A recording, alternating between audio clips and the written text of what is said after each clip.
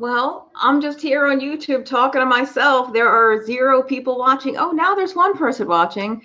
I just finished a premiere of a video, a live premiere. I've never done that before. So I figured, and I didn't know if, hello, Simply Human, one human.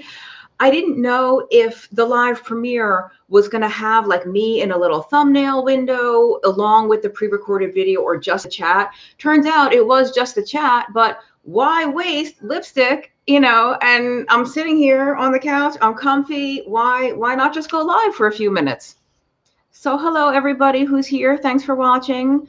The video that we just finished watching was an intro to the book that I have coming out, the book I wrote with Dr. Westman called End Your Carb Confusion, available for pre-order. If that's news to you that I have a book coming out in December, it's called End Your Carb Confusion, and it's available for pre-order on Amazon. And oh, thanks, Mrs. G. Jay Krieger, thanks so much. And I am going to get to your idea about the video for eating to satiety. That's a great topic, actually. Oh, and thanks for doing the review. Awesome. What a great night. So yeah, I don't really have anything specific to talk about. I just figured I'm here. I'm in a good mood. I might as well just hang out on YouTube for a little bit longer and see what happens. So if you out there watching have any questions, feel free. Because let me think if there's anything I can talk about. Well, I can promote someone else's book, right? Why don't I just pick up what's on my coffee table right here? I don't know if you guys know that Jason Fung has a new book coming out. It's called The Cancer Code. He's got the diabetes code and the obesity code. I don't know if this was an advanced copy like that, it still has the typos, or if this is like the book that's ready to go. But anyway, got my hands on an advanced copy. It's really good. If you're interested in the metabolic aspects of cancer and the mitochondrial aspects, this book is really good. And most of you watching right now, I'm sure, know who Jason Fung is, so you'd be surprised. Insulin is actually a really small part of this book. Fasting is a really small part of this book. So if all the sort of emphasis on fasting kind of turns you off a little bit, I think you'll be pleasantly surprised. It's really not a huge part of this book. It's really specific to different things about cancer. And I have a many part blog series on the metabolic theory of cancer. Let me see if I can grab a link to part 1, because each post ends with the link to the one that follows. And it's kind of hanging by a thread. I never got around to finishing up, but there's enough there that I think you'll learn a lot if you want to know about the metabolic theory of cancer, because the book, the first post in the series is a sorry, I'm looking for the series. The first post in the series is actually a review of a book called Tripping Over the Truth, which is where I learned kind of all about this and how I started getting interested in this. Okay, so now I can post it. That's the link. There is the first one in the series. And then, like I said, each one ends with a link to the next one. All right, do we have any comments? Yeah, thanks to everyone who ordered it tonight. If someone is eating pure hydrogenated cottonseed oil, oh, I don't even want to think about somebody doing that. I mean, look, a little bit of cottonseed oil, probably not going to kill you. Should it be the mainstay of your diet? No. I mean, cottonseed oil is a funny thing because it's a waste product of the textile industry. We wear cotton in our clothing. What are we going to do with all these cotton seeds we have? Oh, I don't know. Let's wrench oil out of them and sell it to people to eat. Or like, let's put it in candy. Let's put it in confections. But, I'm a wine lover, and we could say the same thing about grapeseed oil. And I don't know why grapeseed oil is so touted in the health world. That's a waste product of the wine industry. What are we going to do with all these grape seeds we have? Oh, wrench oil out of them. So not that, a little bit here and there, fine. But it's like weird that we even turned this into food at all. What else do we have? Grapeseed is equally bad. Yeah, grapeseed is very, very high in omega-6, which again, I'm not one of these omega-6 fearmongers, but I wouldn't make that like the main fat source in my diet. Please make a video on keto for teens. Oh, well, give me 1 second. I'll be right back. It's not a video. However, I'm just full of promotions for other people's books tonight. My friend in real life, Christy Sullivan, I don't know. I think this book is, if it hasn't been released yet, it's coming out anytime. So check online, Growing Up Keto. And she wrote this. She has a 16-year-old daughter and a son who's a little bit younger. And I can't vouch for it in the sense that I haven't read the opening material where she talks about how to get your family on board and how to get teens to eat keto. But, she's got like pictures of her family in here, pictures of the kids that are, they're kind of chubby and now they're not so much. And I can say that, Christy Sullivan is like world famous basically for recipes. So I don't necessarily have to vouch for the recipes. I can kind of assume they're really good. So this I think is probably good for that. But I can do a video in general. And I did a video on kids doing, is keto safe for kids? I'm going to post a link to that. Because, the fun and something that I mentioned in the video that I did on the kids is, it's going to take me a minute to find it. Everybody's asking, is keto safe for kids? Can kids eat keto? How come nobody asks, is eating 300 grams of sugar safe for kids? Is Mountain Dew safe for kids? No, nobody asks that. Everyone's afraid that bacon and eggs are going to kill your kid, but they can have all the donuts they want, right? Sorry, I'm looking for because I know I did it. I'm trying to find it. There's keto for migraine, hair loss, keto safe for kids. Here we are. One second. It might start playing and have the sound up for a second. Physician, I'm a there we are. This is not medical advice. Okay, this is just killing it. Yeah. Okay. Sorry, it takes me a minute to. Okay, their link is for the video I did on keto and kids. I convinced my mom, dad, uncle, and sister. Yeah. Oh, thanks, Simply Human. Yeah. Some families, I'm sorry, just looking through all the comments.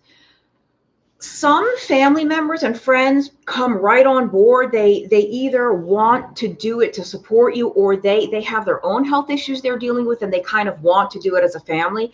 That's the ideal situation. I mean, how much easier is it to do when everyone in your household is eating this way? So there's no like, okay, mom is doing keto, dad's not. So dad still has his cereal and chips and pretzels and stuff in the house. If the whole family's doing it, then you don't have to kind of avoid the stuff. And then of course, but that is not every case. So I wouldn't have given my kids juice boxes. Yeah, it's I have a lot of parents have that sense of guilt when they learn about better nutrition, whether it's keto or not, just better, like real, true, healthful eating. But you can't, like, I don't blame my mother for things that she bought and that were in the house or that I ate and that I thought, you can't do what you don't know. For me, I'm just grateful that I didn't blow out my pancreas. I mean, when I look back at what I used to eat, it's a miracle that I have a working pancreas. And that's just a testament to the regenerative and restorative power of the human body. I think there are certain injuries, obviously they're catastrophic or that you can't recover from, but you can inflict an astounding amount of damage to the human body and it will come back if you let it, if you give it the things it needs to come back. So what do we have? Dr. Bernstein. Ask your doctor. Yeah, it's, we use that phrase even in the keto world, especially those of us that are not doctors. I can provide information and then I'll say, but speak to your doctor, consult your doctor. When never mind the fact that half of the reason that people are going keto in the first place is because the information their doctor's been giving them for the past 20 years has gotten them nowhere. So, ask your doctor if you think your doctor has any clue what they're doing. Type 1 grit. Oh, thank you, Jay Angelo. Yeah, type 1 grit for type 1 diabetics. The type 2 diabetes world is coming along. They're coming around slowly, but it's happening. Even the American Diabetes Association, Their 2019 consensus statement said that carbohydrate restriction has the most evidence for improving blood sugar, the most evidence. They didn't say everybody should do it, but they said that that strategy has the most evidence for improving blood sugar. But the type 1 community is a whole other animal. The type 1s are very, very afraid of anything that smells of ketosis, because they immediately, their mind goes to ketoacidosis. And, never mind that there's so many people with type 1 diabetes that are just thriving on this way of eating. They use much, much less insulin. Now, people with type 1 always will have to use some. Many type 2s can eventually stop taking it altogether. Type 1 will always need it, but they can use much, much less. And their blood sugar is much more stable. They don't have these crazy highs and lows. They won't, and when they control their blood sugar so well, they won't have all these long-term complications. Anyway, I'm going on way too much about that, but that's type 1. I want to try WFCL, well-formulated low-carb lifestyle. Yeah, that's a mouthful, but I mean, I personally like the phrase low carb much more than keto. I've never really liked the word keto or ketogenic. I use it because that's what people search for. Like, nobody's Googling low carb diet anyway. Everybody's Googling keto. But when we say keto, this is why so many people get hung up on what's wrong with my ketone level. Why is my ketone so low? And they get hung up on, like, it's supposed to be 80% fat. Whereas if you say low carb, the emphasis is where it should be, on the low carbohydrate intake. And then you can tinker with fat and protein as needed, because you've mastered the most important part, which is the low carbs. It's not the ketosis, it's not the ketones, it's the low carbs. Jorge is back again. Jorge Luis, my friend from Venezuela. Any comments on carnivore? If it's working, it's working. I will, again, post a link.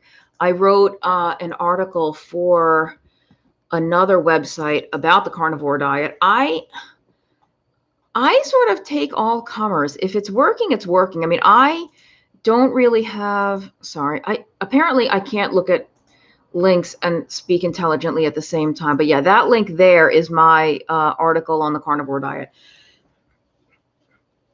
I think the carnivore diet is fascinating in so many ways, because it makes us ask questions of our deepest held beliefs, even in the keto community. Like, when you come to the low carb or keto world, you've already accepted, like, okay, red meat is not going to kill me. Saturated fat is not going to kill me. Egg yolks are not going to kill me. Butter, cholesterol, blah, blah, blah. You're already on board with that. But we all tend to think, okay, but we still have to eat our leafy greens, right? We should still get the curcumin, and we need all the phytonutrients and the anthocyanins and the raspberries. Like, these are really good for us, right? And all the people that are thriving long-term on a truly carnivore diet, eating none of that. I mean, even if they might be having coffee, they might be having tea. Clearly, we know a lot less about human nutrition than we ever thought we did. Now, that being said, I've seen some remarkable transformations, life-saving, life-changing with carnivore, but I've also seen carnivore not go so well. So, it's kind of just like keto. Keto is not the best for everybody. It doesn't mean, like I just said in the video we did with introducing the book with Dr. Westman, everybody can do a strict keto diet. Not everyone needs to. And it might not even be best depending on somebody's particular situation. And I feel the same about carnivore. Human beings probably can live and survive without plant foods, but is that going to be best for everybody? Probably not. But just like keto, I believe it should be offered as an option. Hey, if you've tried a lot of other things and nothing's working, and you have a lot of weird stuff that's just not going away, try carnivore. You're not going to die from scurvy if you go 6 weeks with no, orange juice. Yeah, it may not be for everybody. It works for anybody. Yeah, I mean, it's kind of like keto. I think if you do it right, but I don't know that you say it works for anybody. What do you mean by works? For weight loss, for better health? Yeah, but I also think there are people who, get a satiety benefit from fibrous plants. And I'm not saying they're like loaded with nutrients or anything. I mean, I recognize that animal foods are much denser sources of micronutrients, but I think for some people, there are reasons to eat plants. Are they essential to consume? No. But are there reasons for some people to include them? Yes. But I could say the same thing about carbs as a whole. Can everyone do super strict keto? Yeah. Like, do we need to consume carbohydrate ever? No. Might there be reasons why some people would and could benefit from them? Yeah. So nothing is one size fits all. Yeah. Anyone can get into ketosis, sure. Yeah, that's cool. Two fix MJ, I guess that's your name. Yeah, good for your brother. What else is going on? No, those are all the comments. Yeah, I mean, with any of this diet stuff, the diet wars, everything is on the table. Everything's an option. Like I don't know if you all know who Adele Height is. She has a PhD in rhetoric, actually, but she did her PhD dissertation on the dietary guidelines and the language and rhetoric of the US dietary guidelines and what a disaster they were. But she's also a registered dietitian. She works for Diet Doctor. So you might, dietdoctor.com, it's like the most popular low carb site in the world. So you may have seen her name there. She's always, she and Nina Tycho's also, Nina runs the Nutrition Coalition, which their sole mission is to get the dietary guidelines changed, to embrace the more recent science, to include low carb, to base it on all the research that's been done, including on keto. And even no one that I know is saying that everybody should do keto. We're all saying it should be an option. It should be introduced as hey, you can have bariatric surgery, or maybe try this first. Hey, we can put you on metformin, we can put you on insulin, we can put you on glipizide, whatever. I don't even know the names of all these drugs anymore. We can put you on this cocktail of drugs, or you could stop eating bread and potatoes for a couple of weeks and we could see how that goes. We just want it to be an option. Indigenous people thrive on carnivore. Yeah, I'm not do you think I'm not for carnivore? If you read that article I linked, I'm very supportive. I've had clients who I encouraged to try it. But I think indigenous people, I think they had plants probably seasonally. I mean, let's not kid ourselves. I think they probably would have eaten plants seasonally. So year round, no. Warmer weather, maybe they had some berries or whatever vegetation was growing. Stephen Moore, how would I start with keto? So I actually did a video on this. I'll see if I can find it, but it depends. It depends on who the person is. My advice, the sicker you are, the more severe your health problems, the better it is to rip the Band-Aid off all at once and do it, because you're going to start feeling better the fastest that way, right? I mean, you'll feel like garbage for a couple of days. Then you'll be like, oh my God, I have so much energy. My joints don't hurt. I haven't had reflux in 3 days. What's going on here? And that you will have that if you ease in gradually, but it'll take you longer to get there. So, but I also think if it's going to be really hard for someone to stick to keto, I don't think there's anything wrong with easing into it. And this is how I recommend people to do it. Let's say, do it week by week. The first week, the only thing you change about your diet is no bread. You can still have fruit, potatoes, pasta, rice, whatever other carbs you were eating, just no bread. Second week, build upon that, no bread and now no pasta. You can still have your potatoes, your beans, your fruit. Just third week, no fruit. Each week or even every 2 weeks, take something out, and eventually you'll be on a ketogenic diet. You'll just have taken longer to get there. But if doing it slowly makes it doable for somebody, will help them actually do it, rather than, okay, literally starting tomorrow, I'm not allowed to eat 80% of the food I've been eating for my whole life. If that's a deal breaker, do it slowly. What else? Species specific diet. Yeah, Ken Berry, he calls it the optimal human diet, which I know he's mostly carnivore, if not strictly, but I think, when he says that, he also kind of would include a low carb, real food, sort of whole food diet in that. More than 5 grams of sugar should have a warning. Yeah, maybe for some people. What else is going on? So, oh, let me see if I can try to find that link on that video that I did about. Oh, you know what it was? It was my video on what if you can't stick to keto. And it was exactly that, because when some people get a little too extreme, they can't stick to it because it's such a radical. Sorry, you're going to hear 2 seconds of that video. A few times before we finally got driving. It's such a radical change for them that they can't do it, but they will be able to do it if it's just little by little. So yeah, that link I just posted is the video to where I talk about that. And for some people, this is something I mentioned in the video we just did, the premiere. Not everyone needs to or wants to get to a very strict ketogenic diet. There might even be people that have morbid obesity or have type 2 diabetes where if they were to go strict keto, it would change their life. They'd be a different person, but they're not going to do it. What if they just cut carbs to some extent? What if they just cut back? Now, when I was in the Air Force, I knew guys, now we're talking about, young, healthy, active guys, but there were guys who they could just stop drinking beer and lose 15 pounds. They didn't have to do a ketogenic diet, So not everyone needs keto. And if there's someone in that situation, I think what I said in the premiere was there might be somebody, let's say they could stand to lose 40 pounds, but they'd be perfectly content if they only lost 20. It might be nice to lose those extra 20, but I've already lost 20, I'm good. Or there might be someone with type 2 diabetes who is on 3 drugs and insulin. Now let's say they just do low-ish carb, not keto, but they've cut significantly back on their carbs.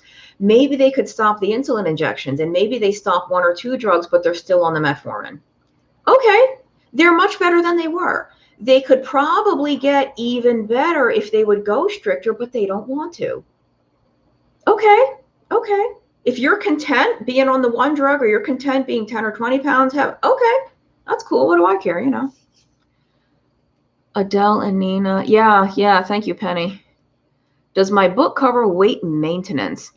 That's a good question. We kind of do. I don't know if the word oh, thank you, John. Oh, thank you. I don't know if the word maintenance is used, but I guess we do, because there's the strictest level, which is basically Dr. Westman's page 4. It's 20 grams total carbs a day or fewer. And we talk about, okay, you can stay here for the rest of your life if you want to. You can totally do that. If you want to maybe see if you can have a little more carbs, here's how to do it. Here's how to do it little by little, so that you don't trigger your health problems to come back and you don't regain all the weight you lost. It's sort of a strategy to find your carbohydrate sweet spot. And the fact is, we didn't invent this strategy. This is in the Atkins book. This is what Dr. Atkins called the carb ladder. And just nobody thinks of that. When everyone hears Atkins diet, they think of the induction phase, which is basically page 4. That's Dr. Westman learned what he learned from Dr. Atkins and Jackie Eberstein, who was his head nurse for like 30 years and is still active in the scene. Oh, you were in the Navy? Cool. Thank you for your service. Yeah. Survived a mega. Yeah. Young, active boys can get away with a lot of, pardon my language, shit. They can eat a lot of pure garbage, but it does usually catch up with them eventually. Maybe not till they're 40 or 50, but they will get that lesson at some point. So what was I saying? Oh, the maintenance. Yeah. Dr. Atkins had, okay, here's induction. And in the book, it was 2 weeks. And then after those 2 weeks, you were supposed to increase by 5 grams a week. 5 grams a day for a week, then another 5 for a week, another 5, and you would still be losing weight, still feeling good. And when you stop losing weight, or when, that was your spot. You can't have more than that, because then you start to gain, or that's when you stop losing.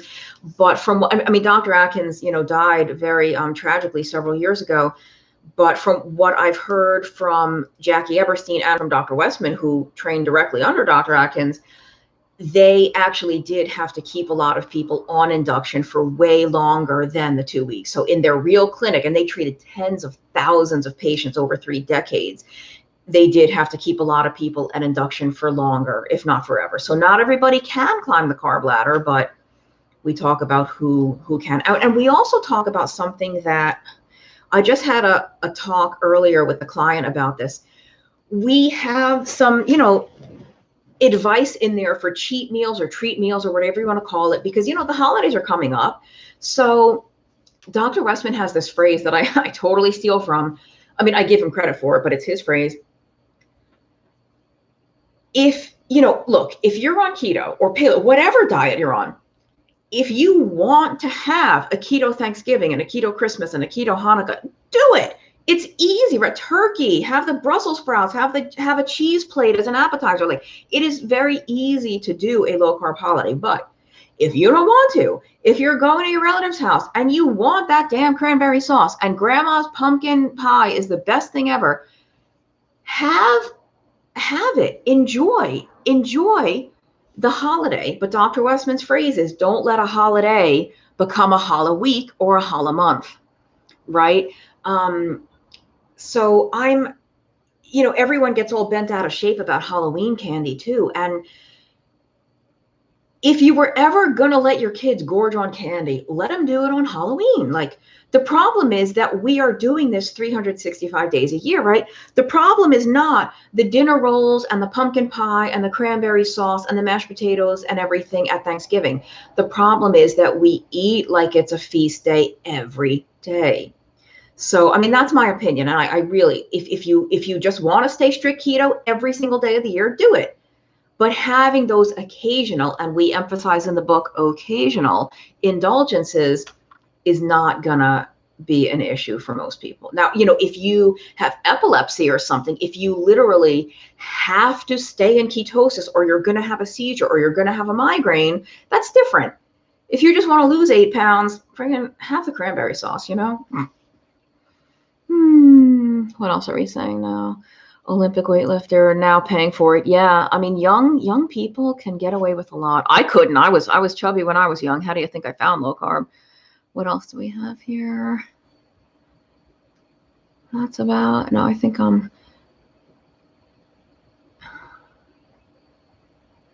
Yeah. Thanks to everyone. All a year. Yeah. I mean, and that's the thing too. You have to know yourself.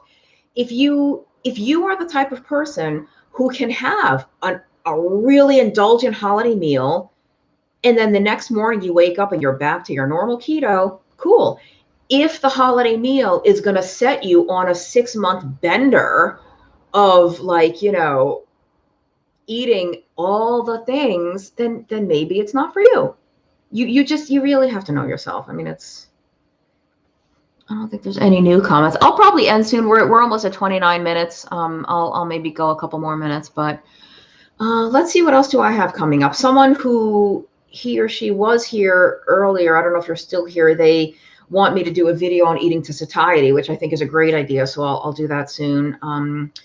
If anyone else has any ideas for videos that a recovery time eating holiday carbs. So that's a good question. And I hate to say this, but it's entirely individual, because for me, and this is just for me, this is not advice for anyone else, I'm sometimes surprised at how much carbohydrate I can eat and be literally back in ketosis the next day. But I've been low carb for a long time. I'm not always super strict ketogenic, but I've been low carb at least for like over a decade, almost 2 decades at this point. So, if I have some carbs, I don't like pass out with fatigue, or I don't just feel really sluggish the next day. So I honestly think it's so individual, because there are some people who will have a roll or a regular sandwich and like be comatose for the afternoon, which, it just depends. And as for recovery, this is a little controversial, but there's ways to like goose the skids, so to speak, to give yourself wiggle room for a holiday meal like that, or for any meal.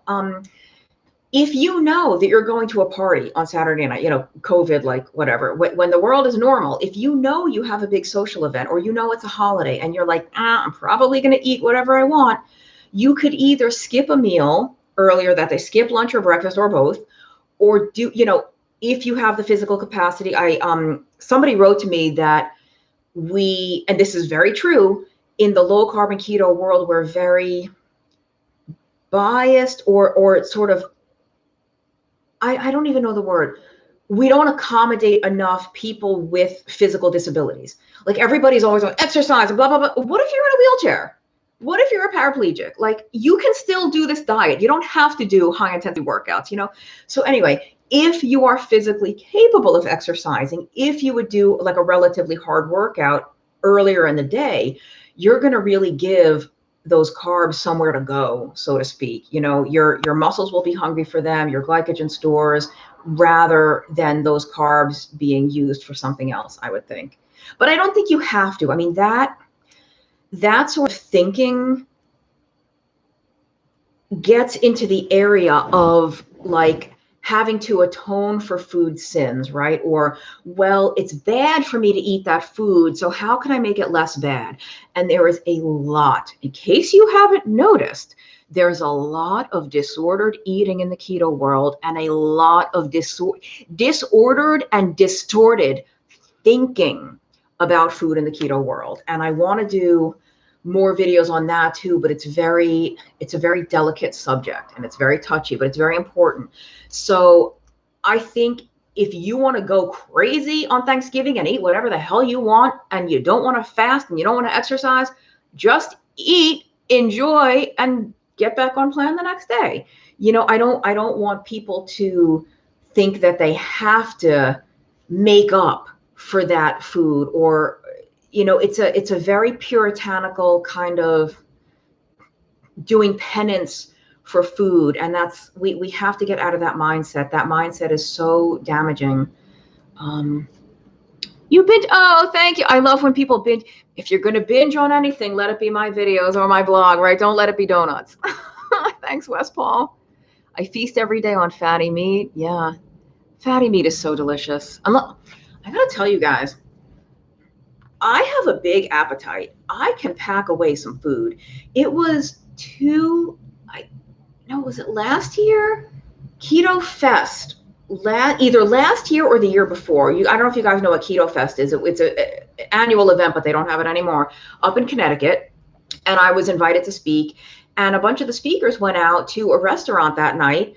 And the guy that organizes it is very well connected in the community. So he goes to these restaurants and makes sure that they have like a keto special that night or whatever. So this one restaurant was doing prime rib. And I mean, prime rib, hello, like it's one of the most delicious things. And everyone's eating, and I'm like eating and eating. And they give you a big prime rib. I could have cleaned my plate, but I'm looking at everyone else like they're barely eating. Like I could have cleaned my plate and then reached over to someone else's. So yeah, fatty meat is delicious. What else do we have? I believe there are diet principles that apply. Yeah, I don't know that you have to. So Fran similar. I don't know that you have to do eliminate plant-based foods. Now, I don't think that everyone has to eliminate plant-based foods. I mean, I think there's clearly billions of people around the world that eat plants and they're fine. Now, vegan diet, no, but to include some foods from the plant kingdom, I don't think everyone has to eliminate them. But in insulin, yeah, I would definitely agree that eating in a way that keeps your blood sugar and insulin within a healthy range is key, whatever way you eat. And the thing is, some people can eat a high carb diet and do that. Most of us can't. I mean, we wouldn't be low carb if we could, right? Probably. But, some people can have fruit and beans and rice and their blood sugar and insulin do this. And then someone has the beans and rice and it does this. So they've actually done studies on this. They would give people the identical foods, the identical amounts, and the blood sugar and insulin responses are radically different. So it really is, I think there's some general overarching principles, but Am I strict on eating a 6 to 8 hour window? No, I'm not. You know, there's certain things, certain strategies that if I put them in, like I'm not kidding myself, if I put things into practice, things about my own life and my own physique would probably get better, but I am not doing. So, I mean, here's my thing. I don't deliberately fast. I don't look at the clock like, oh, I'm not allowed to eat until 2 p.m. But I don't graze all day, but I don't graze all day because I'm not hungry. Like when what I would say is I don't really snack hardly. If I start to feel a little snacky, it's like, oh, you know, I'm snacky, but I would rather wait an hour or two or three until I'm real, let that hunger build, get really hungry, and then have a meal. Like I'd rather do that than graze all day. So I eat mostly 2 meals a day with plus a lot of coffee, but I don't do it by any particular, you know, hours or looking at the clock. 2 years, 18.6, very rarely hungry. Yeah, follow your body, not the clock. You know, I just think, and that's something we say in our book, I think, because we have a question about fasting, and you know, whatever. I'll just, you'll have to read the book to find out. Yes, so many people end up eating 2 meals a day just naturally because they're not hungry. You know, and I've had to tell clients that when I go through like, okay, what do you eat and what's going on? And I often will ask at some point, are you having breakfast because you're hungry or you just think you're supposed to eat first thing in the morning? And very often the answer is they're just in the habit. Like no one ever told them it's okay to not eat for half the day. So yeah, it's a lot of people end up, I don't like the word fasting. I don't know. It's such a loaded word. Many people just end up skipping meals or just going longer between meals because they can. I mean, look, when I was in high school, I worked at a Chinese takeout restaurant in Staten Island, New York. Now, the owners of the restaurant spoke English. They were fluent in English, but their accents were so strong that you could barely understand them over the phone. So they always had like a Caucasian, like a white kid to answer the phone and like help pack the orders and stuff. So that was me. And the food was so good. It was this little hole in the wall, teeny tiny place. But of course, those places have the best food. And I knew the menu like the back of my hand. And when I was in class, when I was in school, in high school, and I would be bored in class and I would be hungry all day because I'm from New York, I ate a bagel like this big every single morning with, you know, light margarine, of course. So, of course, by 10 o'clock in the morning at school, I'm ravenous. My stomach's growling. I'm sitting there in class, bored out of my skull. I would doodle in the margin of my notebook. I would literally make lists of the food I would order from the Chinese restaurant. Like, okay, if I were to call Fu Sing right now, what would I order? But, you know, on keto, like, I'm not going to say I never think about food. I like food. I love looking at cookbooks. I like looking at food porn. I like looking at Instagram food accounts, keto or not. So I'm not going to say I never think about food, but thinking about food now is very different from being ravenous all day and being hangry, you know, and needing to snack all day. Like it's my best friend of like 30 plus years. Is not a low carb eater. Now she is an excellent cook. She cooks a lot of her own food from like, you know, whole sort of scratch ingredients, but she has to eat like every couple of hours. And when we're together, like if we're ever just spending a weekend together or going on vacation or something, it's weird for me to be with her because like every couple of hours we have to stop so she can eat. And I'm like, I haven't eaten all day. Like what's, I mean, that's not a judgment. It's just so interesting that when your metabolism is primed differently, you just eat less naturally, and not everybody does, but Staten Island. Oh, Bay Terrace, nice. Oh my gosh, yeah, I'm from Great Kills. I haven't lived there in a long time, but I was grew up in Staten Island, good old SI. What else do we have here? Keto, will you be less hungry? Yeah. Yeah. Tottenville. I went to Tottenville High School. Oh my gosh. Yeah. Oh, that's so funny. That's the high school I went to. I was zoned for Wagner. I was supposed to go to Wagner, but Tottenville had a much better music program. And I was, I really was you know, I played the clarinet and saxophone, and it was really important to me at the time. and my parents owned a business that was zoned for Tottenville. So we used the business's address to get me in. So from St. Louis, hello, Newdorf High School. Yeah. I used to go to now we're talking about Staten Island, everybody. When I was younger, before pre-internet, when I would have to do research for like a paper in the 7th grade, my mother would drive me to the Newdorf Library because they had the most resources. They had like the Encyclopedia Britannica, the microfiche machine, where you could, who's old enough in the chat right now that remembers those microfilms?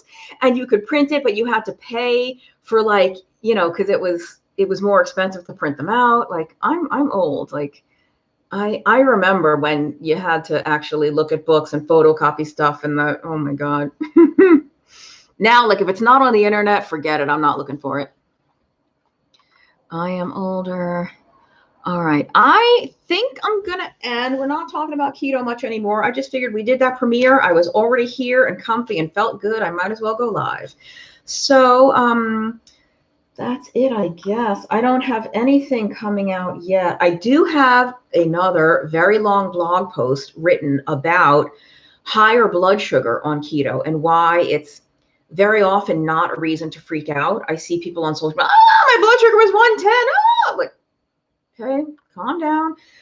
But I have a Patreon thing for people that support me on Patreon for $5 a month. They get early access to blog posts, and I haven't posted it for them yet. I'll probably do that Monday. So they get a few days to look at it. Then I'll put it on my blog. But after that, I'm out of pre-written blog posts. I need to get back to writing. I'm just out of ideas right now. I'll have to come up with something, but all right, that's enough for me. 42 minutes. Thanks, everybody, for spending some time with me on a Wednesday. Go enjoy the rest of your night or whatever time it is in your time zone. And we'll see each other next time. Bye-bye.